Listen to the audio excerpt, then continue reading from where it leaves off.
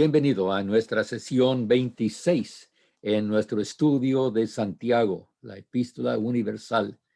Ahora vamos a investigar en esta parte, capítulo 5, al final de la carta, solamente 3 versículos del 16 al 18 con el tema de la oración.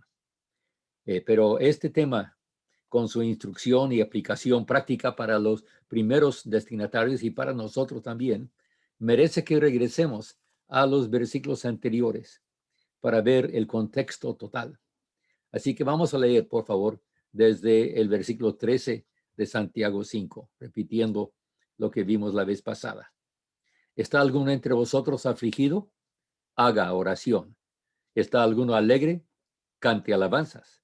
¿Está alguno enfermo entre vosotros? Llame a los ancianos de la iglesia para que oren por él, ungiéndolo con aceite en el nombre del Señor. Y la oración de fe salvará al enfermo, y el Señor lo levantará. Y si ha cometido pecados, le serán perdonados. Ahora el versículo 16.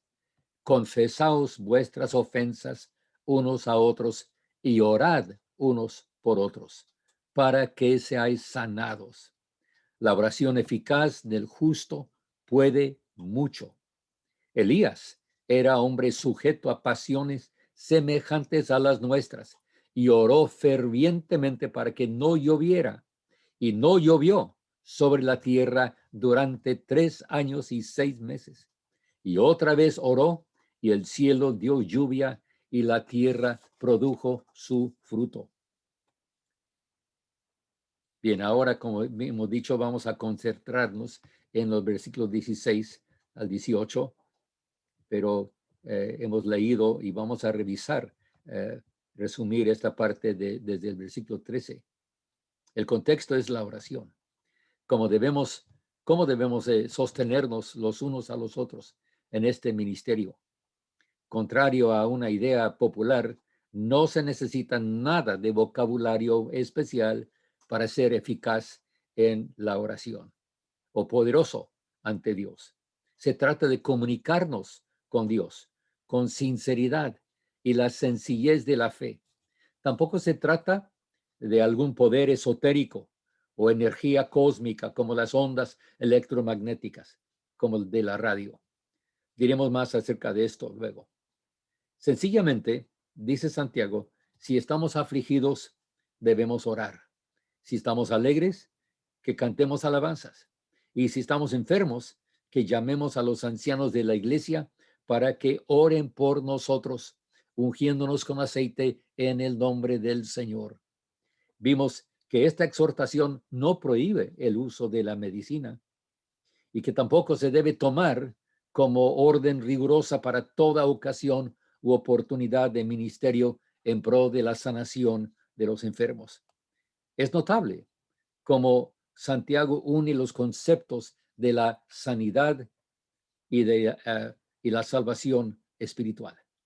Repetimos que no toda enfermedad es el resultado del pecado y la falta de sanidad no es siempre por falta de fe.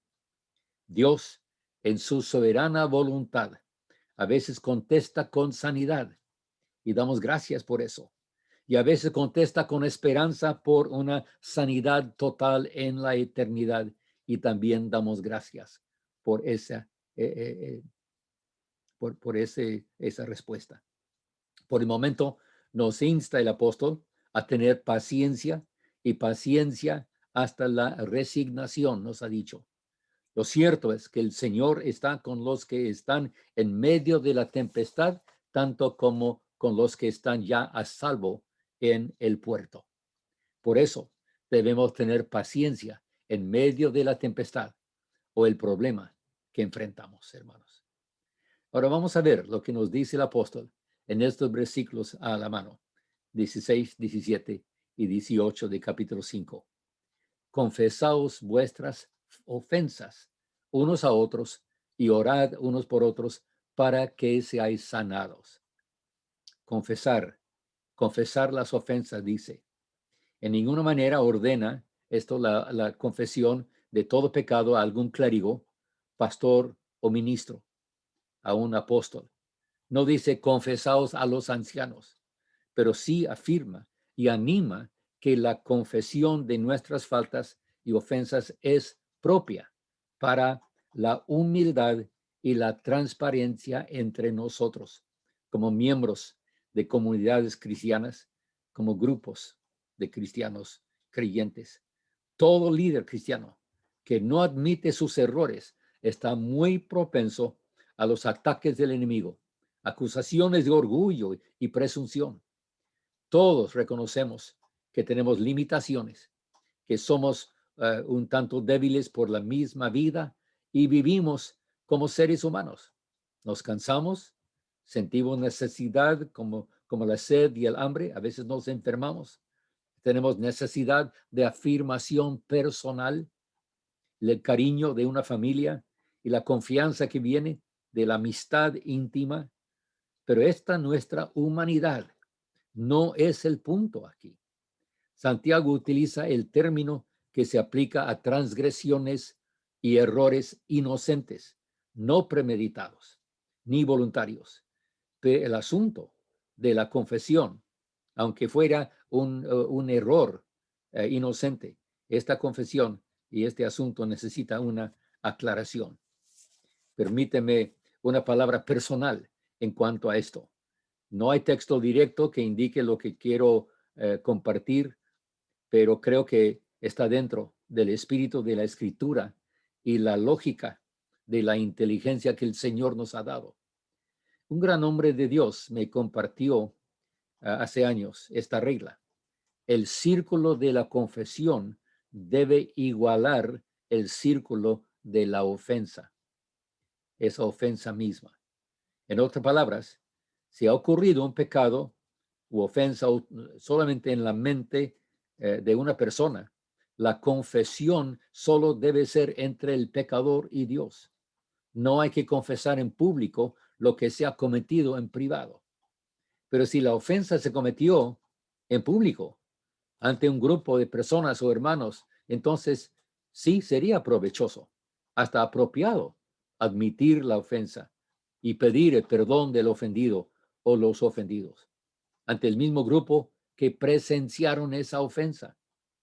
La confesión pública de pecado cometido en privado puede ser la ocasión de más ofensas o pecados y abre la puerta para que el enemigo se meta más y hasta crear una ocasión de lujuria, envidia, recelos y odio. Cuidado, hermanos. Hermano que me escuche. Si has pecado en tu mente, en tu propia imaginación, no tienes que confesar eso a nadie más que a Dios. Algunos sí han encontrado ayuda en confesar o confiar en algún mentor para ayudarse en ser más responsables al rendir cuentas de sus actitudes y acciones, en especial cuando se trata de una adicción. Pero la regla, que el círculo de la confesión debe igualar el círculo de la ofensa, me ha ayudado a mí en mi ministerio y creo que también a otros muchos. El imperativo viene acompañado por la orden, orad unos por otros. Confesar y orar. La confesión es natural y sana cuando es apropiada según la situación de la ofensa. Y la oración aquí es mutua, unos por otros. Nuestra oración debe tener el enfoque de los demás, no en nosotros mismos. Como ya hemos dicho, no es un poder cósmico, sino apropiar y abrir la posibilidad del poder divino en cuanto a las circunstancias en las cuales nosotros nos vemos, para que seáis sanados, dice Santiago. Algunos piensan que esta frase se debe ligar con el pensamiento que Santiago había expresado en el versículo 14, pero creo que su relación con la frase actual es la más cierta. La sanidad tiene que ver con mucho más que la salud física. La meta de la unanimidad en el cuerpo de Cristo, entre hermanos, entre nosotros como miembros de la misma raza humana, es una parte céntrica del Evangelio. La oración eficaz del justo puede mucho. La última parte del versículo 16 es a la vez el efecto y el fin de la frase anterior, como una introducción a la que sigue. Pero, ¿qué es esto del justo? ¿No dice el apóstol Pablo, citando del Antiguo Testamento, que no hay justo, de aún uno? Reconocemos la verdad que el ser humano, fuera de la gracia de Dios, está perdido en su pecado. Si no fuera por la gracia de Dios, esa gracia que va adelante, que hace posible que el pecador reconozca su necesidad. Sin esa gracia, nadie se salvaría. Recordemos que el justo y los justos se mencionan muchas veces en los salmos, como que sí hay justos y que Dios tiene a los justos y reconoce quiénes son. Pablo también cita desde del profeta Habacuc. 3 veces en el Nuevo Testamento escuchamos, el justo por la fe vivirá. Entonces, si no hay justo, entonces no hay persona que viva por la fe.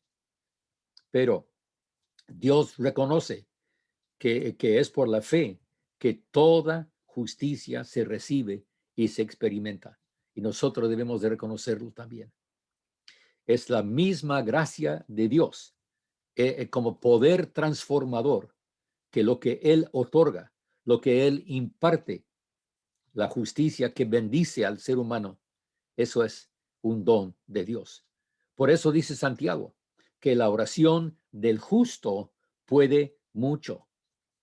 Y por eso debemos buscar esa justicia que viene solo de Cristo.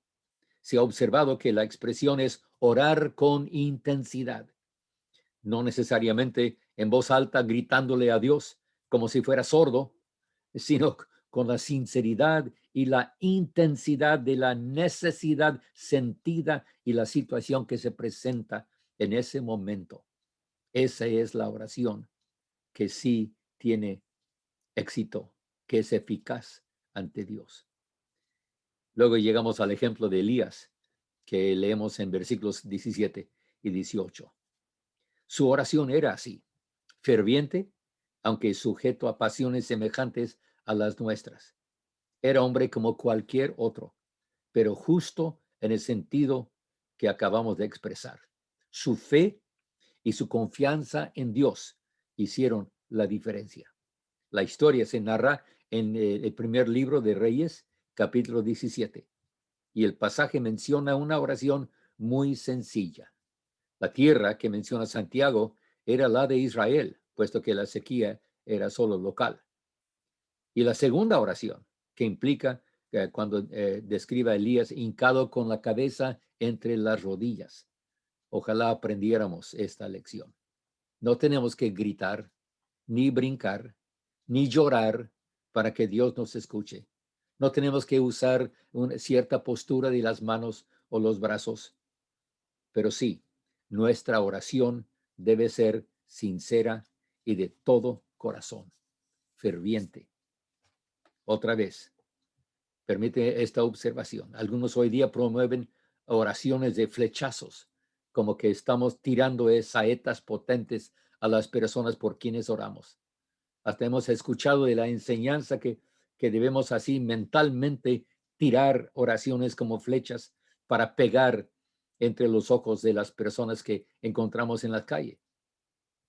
No dudo que esa actitud me puede ayudar a pensar pensamientos justos y rectos frente a las personas que veo en las calles o en los mercados, pero yo dudo de su eficacia en realidad. La oración otra vez no es como un rayo de poder cósmico que tiramos como si fuera un arma como en las películas de las guerras de las galaxias. Dios es el que contesta y nuestra oración se dirige a Él, no a la frente de la persona por quien estemos orando. Tampoco tenemos que imaginarnos en el cuarto del enfermo, extendiendo las manos hacia el enfermo para que Dios pueda alcanzarle por nuestra oración. No es el poder de mi imaginación. No es una fuerza que viene de mi postura con las manos en cierta posición. No tiene nada que ver con mi habilidad o mi destreza, con mi vocabulario o mi don de expresión. El poder de la oración es solo de Dios. Y por eso nos dirigimos a Él en el nombre de Jesucristo por la inspiración del Espíritu Santo. Y así es como Dios mismo contesta en nuestras vidas, en las situaciones que enfrentamos. Dice la Escritura que el cielo dio lluvia y la tierra produjo sus frutos. Tengamos esa misma fe, hermanos. Seamos así de sinceros y transparentes ante nuestro Dios. No dependamos de posturas ni de palabras, como tampoco de amuletos ni de símbolos como si tuvieran algo de valor intrínseco. Dios es el que contesta. No es el poder del lugar ni del pastor. Y con el favor de Dios, seguiremos en el capítulo 5 de Santiago con una sesión más de aplicación a la vida cotidiana. Y casi terminamos esta serie. Estamos planeando hacer un resumen y te invito a acompañarme. Que Dios te bendiga ricamente, mi amigo, mi hermano o hermana en Cristo. Amén.